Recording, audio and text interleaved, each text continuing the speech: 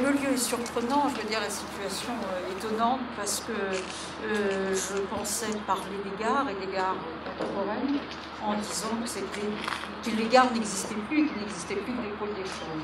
Bon, je découvre en fait qu'il existe des gares.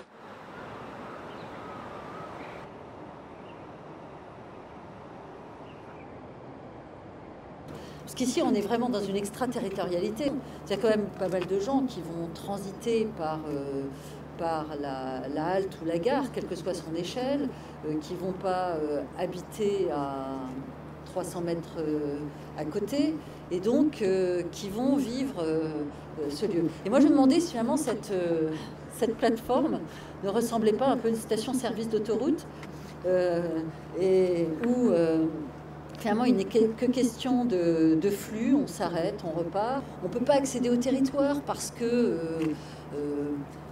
qu'il est inaccessible, pour des raisons différentes. Mais en réalité, on le montre d'une autre façon. D'avoir demandé à des artistes de donner leur regard sur un territoire de ce type et l'avoir appelé fragment, je trouve ça extrêmement précis, parce qu'il n'y a pas un territoire plus fragmenté qu'ici, peut-être en banlieue parisienne. La gare pôle de service dans la ville, avec une gare qui se transforme, qui évolue et qui apporte de plus en plus de services. Donc voilà, avec la transparence, donc on regarde, donc c'est une gare avec des quais où on a des services, on a les attentes voyageurs, on a bien sûr aussi les services du transporteur. C'est un endroit où il se rencontrent beaucoup de gens qui habitent, des gens qui travaillent.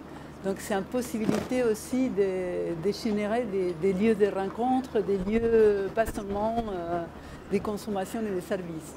D'inventer des nouveaux usages, un peu comme on est en train d'inventer aujourd'hui.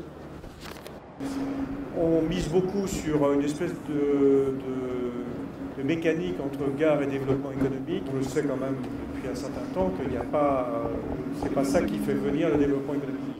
Si je savais qu'à 10 minutes en navette de l'aéroport d'Orly, il y avait un lieu où je peux trouver toute l'extraordinaire culture liée à la bouffe, je peux voir les avions qui arrivent et tout ça, peut-être que je prends cette navette, je viens ici, je mange un morceau de foie gras et je repars. Pourquoi pas? Je veux dire, moi je m'autorise à penser que ça pourrait, si...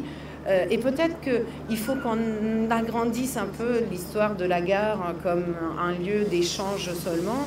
Il peut très bien y avoir un lieu public, une place où il se passe des choses, où il fait bon de venir.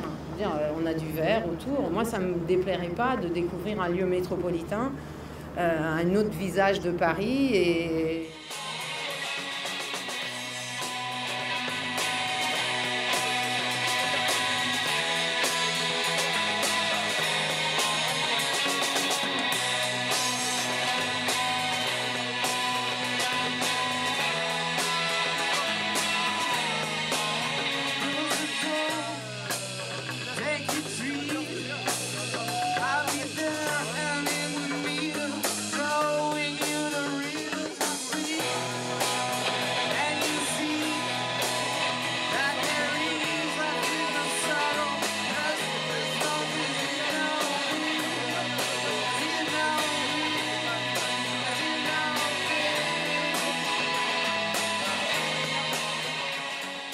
La gare qui s'appelle Pont de Rungis est à Thiers et la gare qui s'appelle Porte de Thiers est à Chevilly-la-Rue. Voilà, alors donc, voilà pour ceux qui se seraient un peu perdus en chemin. En effet, oui, c'est une curiosité. Oui. Là, le monsieur a expliqué que les noms des gares ne correspondaient pas aux villes dans lesquelles elles étaient implantées, ce qui arrive parfois sur le réseau francilien.